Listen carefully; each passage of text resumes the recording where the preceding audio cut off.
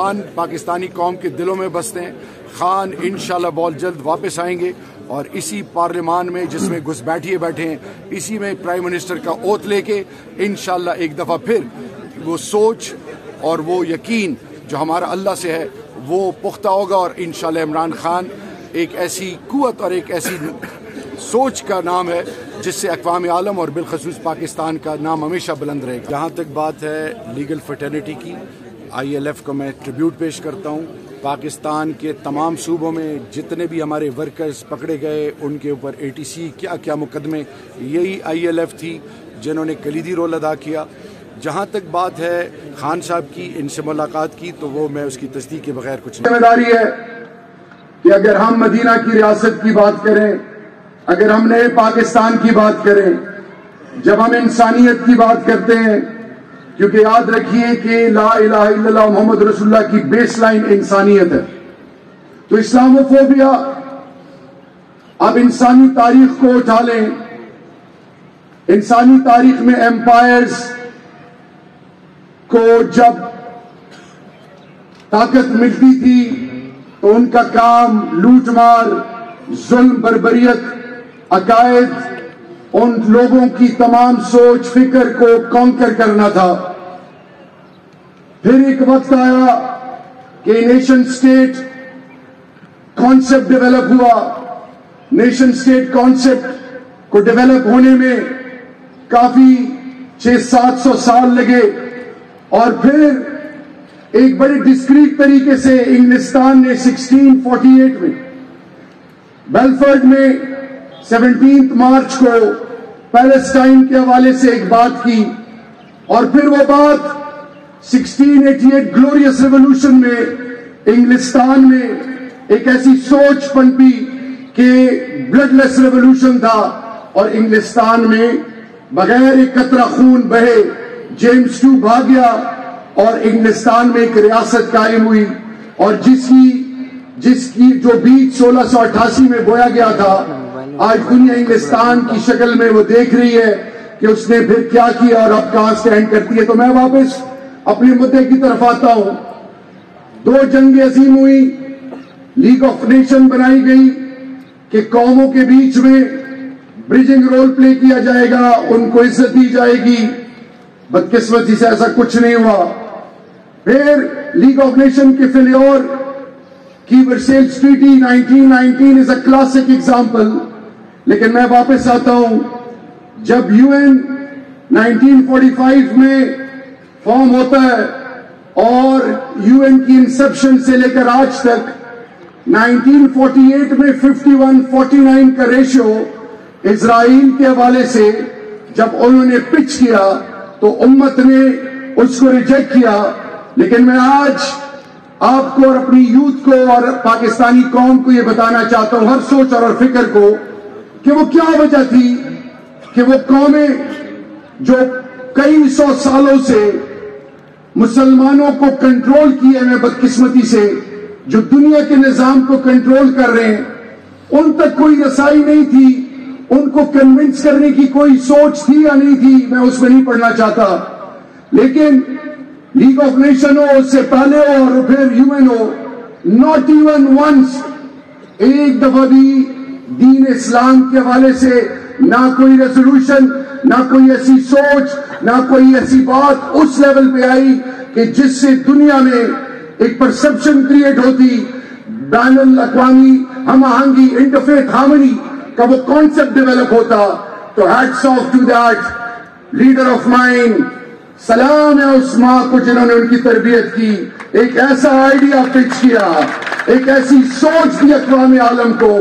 کیونکہ میں یہ بات ہمیشہ کرتا رہا ہوں کہ امریکہ گاٹ ٹیلنٹ، یو کے گاٹ ٹیلنٹ، کیا وجہ ہے کہ کیونکہ میں باہر رہا ہوں، وہ لوگ ہماری امیونائزیشن ہو، تھرڈ ورلڈ کو جو فنڈ کرنے کے حوالے سے انیشیٹوز ہوں، تو امریکہ اور یورپ کے لوگ ہر چیز میں فور فرنٹ پہ ہوتے ہیں، اور پھر جب کوئی کسی کی ایسی کوئی کہانی سنتے ہیں جس پر ظلم ہو تو وہ لوگ رونا شروع کر دیتے ہیں۔ تو ان تک ہماری رسائی نہیں تھی۔ پہلی دفعہ لاجیکل پرو ایکٹیو طریقے سے خان صاحب نے ان کو انگیج کیا، اور اس کا ریزلٹ کیا ہے الحمدللہ کہ 4 سال ہو گئے ہیں، اور یہ پوری امت کے لیے یہ ایگزامپل ہے. تو میں صرف آپ کو اتنا کہنا چاہوں گا کہ اب ہماری اوپر بہت بڑی ذمہ داری ہے. ہم نے انگیج کرنا ہے, ہم نے ریچ آؤٹ کرنا ہے. hate the sin not the sinner, that needs to be our ultimate approach. ہم نے کسی سے نفرت نہیں کرنی, ہم نے سب کی عزت کرنی ہے, بٹ کبھی بھی دین پر, اللہ کے محبوب پر, انسانیت پہ, پاکستان پہ اور پاکستان کے مفادات پہ کبھی کمپرومائز نہیں کرنا. This needs to be our ultimate approach. And in the end, all I would be emphasizing on, میں ایک چیز پہ ضرور زور دوں گا کہ آپ ان لوگوں سے جن کے پاس فنڈامنٹل رائٹ ہی نہیں ہے, جو مورل رائٹ ہی نہیں رکھتے, ان سے اگر کوئی ایکسپیکٹ کیا جائے تو یہ ایسی ہے کہ کسی ایسے شخص کو سب کچھ دے دیا جائے جو آپ کی بنیاد کا دشمن ہو.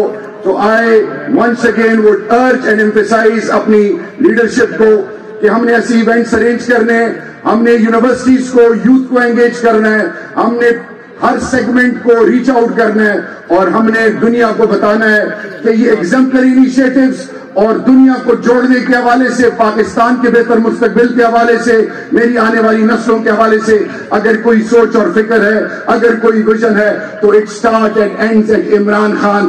Imran Khan is the hope, Imran Khan is the future, Imran Khan is the pride of not only Pakistan but he is the pride of the entire امہ. Long live humanity, long live Imran Khan, long live Pakistan. Thank you so مچ.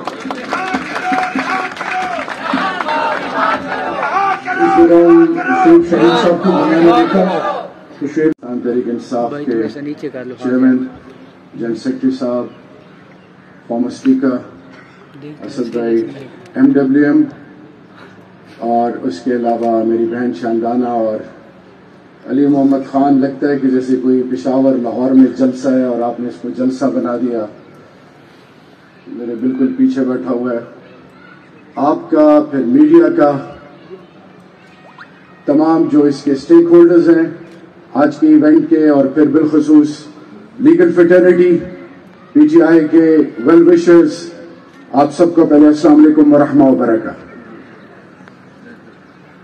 آج تو میں سب سے پہلے خراج تحسین پیش کرتا ہوں اپنی لیڈرشپ کو اور اس ایونٹ کے آرگنائزرز کو کہ وہ جو سلسلہ رک گیا تھا, کہ جب وہ جینین ایشوز جس کا میری دھرتی ماں کو یا امت کو یا انسانیت کو جو سامنا تھا, اس کے حوالے سے اللہ کے محبوب کے پکے سچے عاشق, مرد مجاہد, مرد کلندر, جو دلوں میں بسنے والا ہے, اور اللہ نے جو ان کو عزت نوازی ہے, عمران خان صاحب کو, وہ ایک سلسلہ جو شروع تھا, بیچ میں کالی آندھی آئی, طوفان آیا, لیکن الحمدللہ جو میں چہرے دیکھ رہا ہوں, ہم واپس اللہ کے فضل سے اپنے گھر اور اپنی جگہ آ چکے ہیں. ابھی ہماری اخلاقی پاس کیا کہ دین اسلام اور بالخصوص امام الانبیاء کی ناموس کے حوالے سے کوئی ایسی چیز نہ کہی جائے گی, نہ برداشت کی جائے گی. اس کی مثال ریسنٹ پاسٹ میں نہیں ملتی.